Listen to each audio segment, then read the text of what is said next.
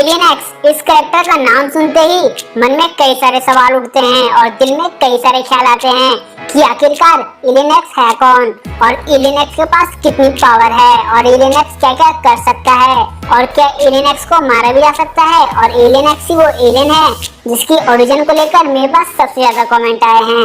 और इसीलिए आज की वीडियो में मैं एलियन एक्स की ओरिजिन से लेकर एलियन एक्स के सारे राज पर से पर्दा उठाऊंगा और बताऊंगा एलियन एक्स की रियल स्टोरी। तो गाइस वीडियो को एंड तक देखना।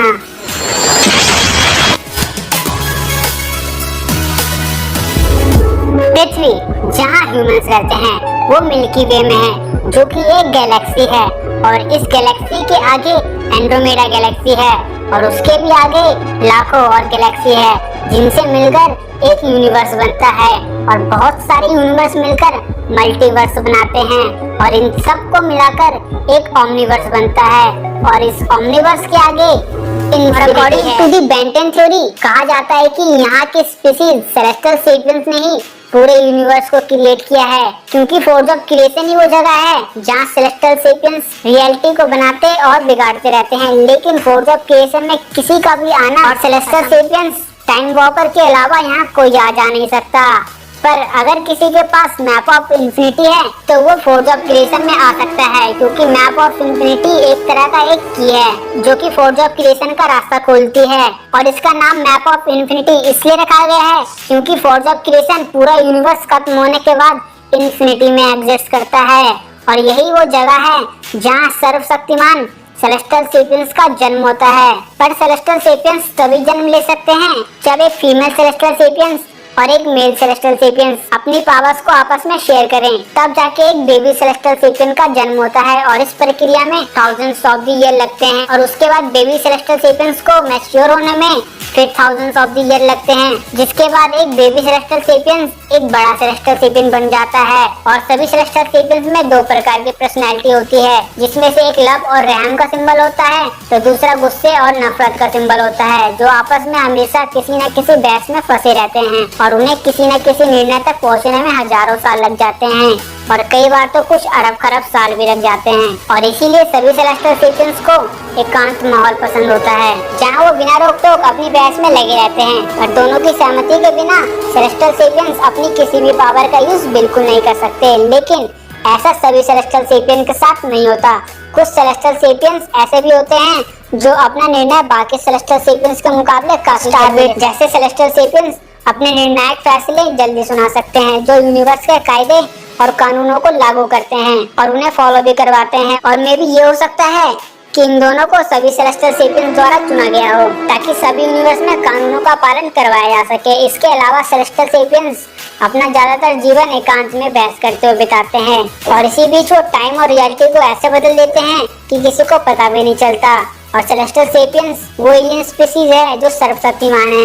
इसके पास ऐसी कोई पावर नहीं जो इसके पास नहीं है। ये कहीं भी कभी भी टेलीपोर्ट हो सकते हैं और अपने करोड़ों डुप्लीकेट बना सकते हैं और अपनी हाइट को इनफाइनाइट तक बढ़ा सकते हैं। इसका कोई अंदाजा नहीं है। यहाँ तक कि सेलेस्टियल सेपियंस के ऊपर किसी भी प्रकार का कोई पावर काम नहीं करता फिर चाहे वो यौन के टाइम ले ही क्यों ना हो। साथ ही अगर सेलेस्टियल सेपियंस चाहे तो लाखों करोड़ों साल पहले डिस्ट्रॉय हो चुके स्पीशीज उन्हें भी वापस रिक्रिएट कर सकता है जैसे डायनासोर। ये हमने खुद सेलेना के मोशन में आने के बाद सेलेस्टियल सेपियंस की कोई कमजोरी नहीं रहती और उनके सामने कुछ भी असंभव नहीं होता और वो कुछ भी कर सकते हैं। खैर ये तो हो गई सेलेस्टियल सेपियंस की बात। अब बात करते हैं एलियन एक्स के बारे में जिसे हमने पहली बार बेंटन एलियन फोर्स में देखा। इस वाले एलियन को भी आजमा कर देख लेता हूँ।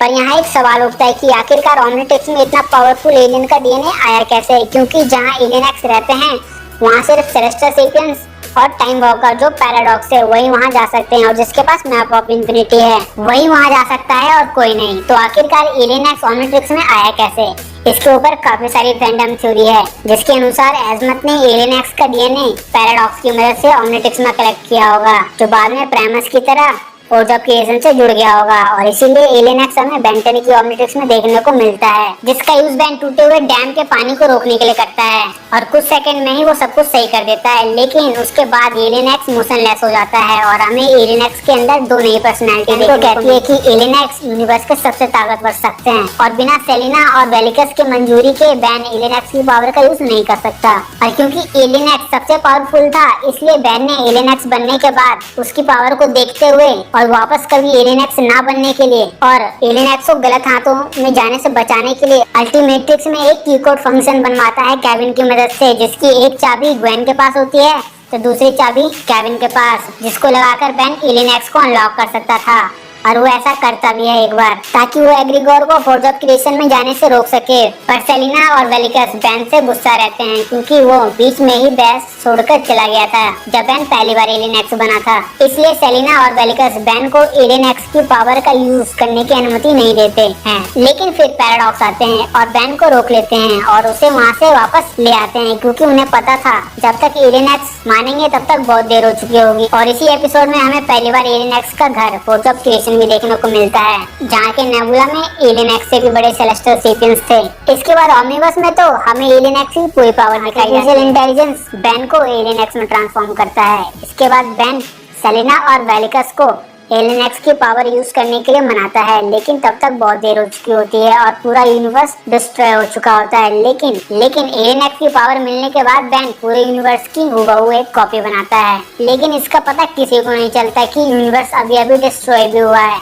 तो क्या सभी रियल कैरेक्टर की डेथ हो चुकी है या फिर वे सभी डुप्लीकेट कैरेक्टर के साथ जुड़ गए हैं? इसका कोई परफेक्ट रीजन नहीं है, लेकिन यूनिवर्स दोबारा रिक्रिएट किया गया है, इसका पता स्टारब्रीड और गैलेक्टिक ग्लैडिएटर को चल जाता है। और इसीलिए वे बेन टेनिसन को सजा देने के लिए यूनिवर्स की अदालत में सफाई देने के लिए बुलाते हैं, जहां स्टारब्रीड बेन पर आरोप लगाता है कि उसने एलियन एक्स की पावर का गलत यूज किया और यूनिवर्स को रिक्रिएट किया और चीजें बदल दी। तो वहीं बेन का वकील सेलेस्टियल सेपियंस पे आरोप लगाता है कि सेलेस्टियल सेपियंस चुटकियों में यूनिवर्स की रियलिटी बदल देते हैं और उन्होंने ऐसा कई बार किया है, जिसके बाद बेन को अपने आप को निर्दोष साबित करने के लिए गैलेक्टिक ग्लैडिएटर से लड़ना पड़ता है, जिसमें वो गैलेक्टिक ग्लैडिएटर को हराने के लिए एलियन एक्स में ट्रांसफॉर्म होता है। फिर वो सेलिना वेलिकस को उसकी पावर का यूज करने के लिए मनाता है, जिसके बाद वो गैलेक्टिक ग्लैडिएटर को हराने में कामयाब हो जाता है। इसके बाद बेन हमें एक बार फिर एलियन एक्स का यूज करते हुए दिखता है, लेकिन इस बार कुछ अलग होता है, क्योंकि इस बार जब बेन एलियन एक्स का यूज करता है तो उसे एलियन एक्स की अनुमति लेने की कोई जरूरत नहीं पड़ती। पर यहाँ एक सवाल उठता है कि आखिरकार बेन एलियन एक्स की अनुमति के बिना एलियन एक्स की पावर का यूज कैसे करता है? तो इसका जवाब है कि गैलेक्टिक ग्लैडिएटर से लड़ते वक्त बेन, सेलिना और वेलिकस के बीच एक समझौता हुआ था, जिस समझौते में साफ साफ कहा गया था कि सेलिना वेलिकस अपनी बहस जारी रखेंगे और बेन एलियन एक्स की आम पावर का यूज कर सकेगा। लेकिन यहाँ मैं ये सोच रहा हूँ कि रूटर्स की पूरी टीम से लड़ते वक्त जब एलियन एक्स अपना एक पंच एलन को मारने वाला था, लेकिन एलियन एक्स रुक जाता है। अगर एलियन एक्स अपना एक पंच एलन को मार देता तो उस वक्त एलन का क्या होता? आप नीचे कमेंट में बताना। और साथ ही एक ऐसा भी डायमेंशन है जहाँ एल्बिडो भी एलियन एक्स में ट्रांसफॉर्म हुआ था, पर लेकिन जब वो एलियन एक्स में ट्रांसफॉर्म हुआ तो एक साल तक सुन रह गया। और एक सवाल एलियन एक्स के फैंस हमेशा पूछते हैं कि क्या एलियन एक्स सबसे ताकतवर है? तो यार बेन 10 में तो एलियन एक्स सबसे ताकतवर माना जाता है, पर जब ये बात बेन 10 के क्रिएटर से पूछी गई कि क्या एलियन एक्स सबसे ताकतवर है, तो उन्होंने साफ साफ मना कर दिया कि एलियन एक्स सबसे ताकतवर है। तो मे भी ऐसा हो सकता है कि फ्यूचर में हमें एलियन एक्स से भी ज्यादा ताकतवर एलियन देखने को मिले बेन 10 में। और एक सवाल और जो हमेशा आता है कि क्या एलियन एक्स को मारा जा सकता है? तो हाँ, एलियन एक्स को बिल्कुल मारा जा सकता है, क्योंकि एलियन एक्स का जन्म होता है तो एलियन एक्स की मृत्यु भी होती है और एक सेलेस्टियल सेपियंस एक दूसरे सेलेस्टियल सेपियंस को मार सकता है, इसमें कोई बड़ी बात नहीं है। लेकिन ऐसा सिर्फ सेलेस्टियल सेपियन ही कर सकते हैं। और लास्ट में एक इंटरेस्टिंग बात, जब बेन 10 एलियन फोर्स शुरू हुआ था तो बेन 10 एलियन फोर्स के इंट्रो में एलियन एक्स को as a black alien introduce किया गया था और गाने में एलियन एक्स को ब्लैक कर दिया गया था। एलियन एक्स का पूरा चेहरा कभी नहीं दिखाया गया जब तक एलियन एक्स को पहली बार इंट्रोड्यूस नहीं किया गया। क्या आपने इस बात को गौर किया था? आप मुझे नीचे कमेंट में बताना। और भाई सच बताऊं तो एलियन एक्स बेन 10 का एक ऐसा कैरेक्टर है जिसने बड़े बड़े कॉमिक्स बुक्स के हीरो को भी टक्कर दे दी है, फिर चाहे वो मार्वल्स की कॉमिक हो या फिर डीसी की कॉमिक्स। इन सभी के पावरफुल एलियंस, इन सभी के पावरफुल हीरोज एलियन एक्स के बीच अगर टक्कर हो तो कौन जीते, इन सब के बीच हमेशा वाद विवाद चलता रहता है। बेन टेनिसन कैलकुलेशन के लिए तैयार रहो। तो यार इसी के साथ खत्म होती है एलियन एक्स की ओरिजिन स्टोरी। मैं उम्मीद करता हूँ आपको वीडियो पसंद आया होगा। अगर आपको वीडियो सच में पसंद आया है तो वीडियो को कमेंट में एलियन एक्स जरूर लिखना, और अगर कुछ छूट गया हो तो नीचे कमेंट में बता देना। लास्ट में अपनी सुपर पावर्स का यूज करना और वीडियो को लाइक करना, और मैं आपसे फिर मिलूंगा ऐसे ही किसी और नए इंटरेस्टिंग टॉपिक के साथ।